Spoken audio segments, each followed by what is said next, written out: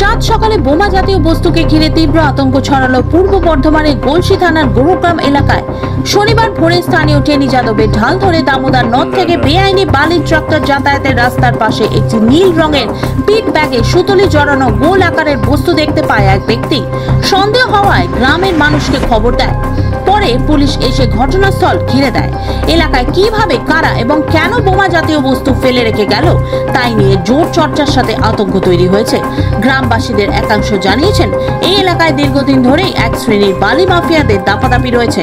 নদী থেকে বালি চুরি করে ট্রাক্টরের মাধ্যমে পাচার চলে বেপরোয়াভাবে।